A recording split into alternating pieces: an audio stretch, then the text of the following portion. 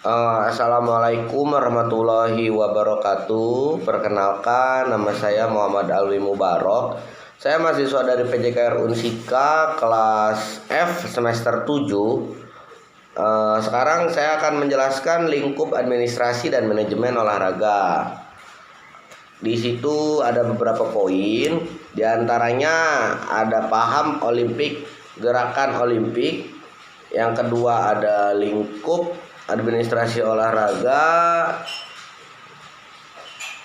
Yang ketiga ada tata kelola organisasi olahraga. Yang keempat lingkup manajemen olahraga. Dan yang kelima ada manajemen kepelatihan. Nah, di dalam paham olimpik dan gerakan olimpik, itu paham olimpik atau dasar olimpik ialah suatu falsafah hidup yang menggantungkan dalam suatu keseluruhan keseimbangan dari kualitas badan, kemauan, jiwa, dan pikiran dalam memadukan olahraga, budaya, dan pendidikan di dalamnya. Nah, adapun tujuannya yaitu menempatkan olahraga sebagai pelayanan dari pengembangan manusia yang harmonis dengan visi mempromosikan suatu masyarakat yang damai dan terikat dengan pemeliharaan martabat manusia. Adapun dalam gerakan olimpik, gerakan olimpik ini dipimpin oleh IOC, dijabarkan dari paham olimpik modern. Organisasi dan manajemen olahraga harus di bawah kontrol organisasi olahraga yang independen dan diakui oleh IOC. Nah, adapun tujuannya dari bagian gerakan olimpik ini adalah untuk memberikan kontribusi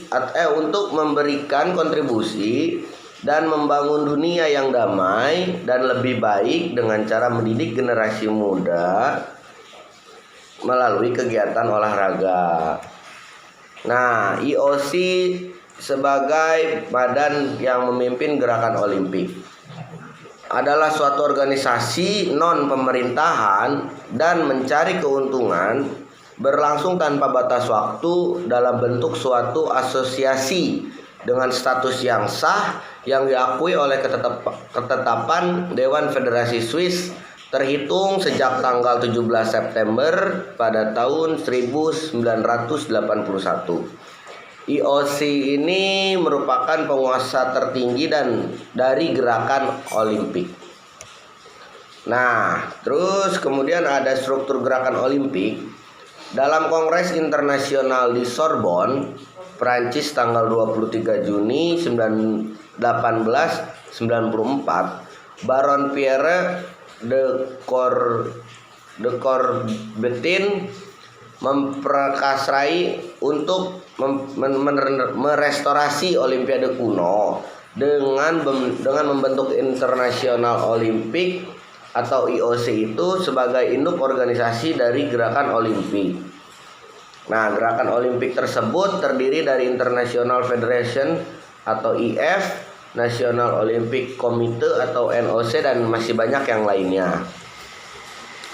Nah, yang bagian B ada lingkup administrasi dalam olahraga atau yang kedua. Lingkup administrasi ini meliputi suatu ide, teori, dan pembuatan kebijakan kebijakan. Sondang Siagan memberikan pengertian administrasi sebagai keseluruhan proses kerjasama antara dua orang manusia atau lebih yang didasarkan atas rasionalitas tertentu untuk mencapai tujuan yang telah ditentukan sebelumnya. Jadi secara singkat dapat dikatakan bahwa unsur administrasi adalah dua orang atau lebih, tujuan yang telah ditentukan sebelumnya, tugas yang hendak dilaksanakan, dan peralatan. Dan lingkup administrasi olahraga itu meliputi konstitusi olahraga nasional, tata kelola olahraga, tata cara rapat, dan manajemen anggaran keuangan. Konstitusi organisasi olahraga nasional itu konstitusi biasanya memuat maksud dan tujuan organisasi dan juga berfungsi sebagai petunjuk bagaimana organisasi mengatur atau pengelolaan organisasinya. Nah, di beberapa negara itu pemerintahannya dapat mendukung olahraga, maka diterbitkan undang-undang olahraga yang merupakan pedoman bagi organisasi pemerintahan maupun non-pemerintahan untuk bertindak. Di Indonesia telah diterbitkan Undang-Undang Nomor 3 Tahun 2005 tentang Sistem Olahraga Nasional. Hal ini menentukan bagaimana olahraga itu diatur di Indonesia. Nah, yang ketiga itu ada tata kelola organisasi olahraga, yang dimana terdapat perbedaan antara tata kelola organisasi dengan manajemen organisasi.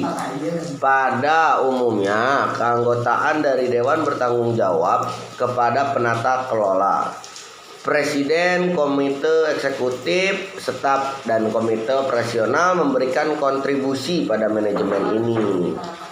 Nah, berikut ada beberapa tata kelola organisasi olahraga, diantaranya peranan badan. Yang kedua, pertanggungjawaban dan mandat. Yang ketiga, badan atau board yang bertanggung jawab atas operasional. Yang keempat, perencanaan strategik untuk organisasi. Yang kelima, ada identifikasi risiko dan manajemen. Yang keenam, ada keefektifan manajemen dan penggantian. Yang ketujuh, ada komunikasi dengan stakeholder atau pemangku kepentingan. Yang kedelapan, ada kontrol internal dan manajemen information system. Lalu yang kesembilan, ada proses dan informasi. Dan yang terakhir, penilaian kinerja. Nah, lalu yang bagian keempat itu atau yang D itu ruang lingkup manajemen olahraga. Menurut D. Sensei, Kelly, Blanton, dan Beitel pada tahun 1990, manajemen olahraga adalah setiap kombinasi dari keterampilan yang berkaitan dengan perencanaan, perorganisasian, pengarahan, pengawasan, penganggaran, kepemimpinan, dan penilaian di dalam konteks suatu organisasi atau departemen yang produk utamanya atau servisnya itu dikaitkan dengan olahraga atau kegiatan fisik. Nah, fungsi-fungsi manajemen itu diantaranya ada dua. Yang pertama, fungsi organik dari manajemen, yaitu unsur-unsur yang mutlak harus ada dan dijalankan. Kalau tidak ada, maka akan menyebabkan matinya suatu organisasi. Nah, yang kedua, fungsi anorganik dari manajemen merupakan unsur-unsur pendukung saja, seperti telepon, mobil, AC, dan lain-lain. Nah, sumber daya keterampilan yang sangat bagi administrator olahraga adalah menentukan kebutuhan-kebutuhan dan kemudian memperoleh sumber-sumber data yang diperlukan. Sumber data tersebut diantaranya antara lain, yang pertama ada sumber daya manusia, sumber daya keuangan, sumber daya materi, sumber daya fasilitas. Nah, lanjut ada pemecahan masalahnya. Terdapat 6 langkah dalam memecahkan masalahnya, yaitu mengenali dan mendefinisikan masalah tersebut, kemudian menganalisis dan menjelaskan masalah, lalu mencari alternatif permasalahan masalahnya, kemudian memilih suatu pemecahan, menerapkan pemecahan, dan yang terakhir mengevaluasi.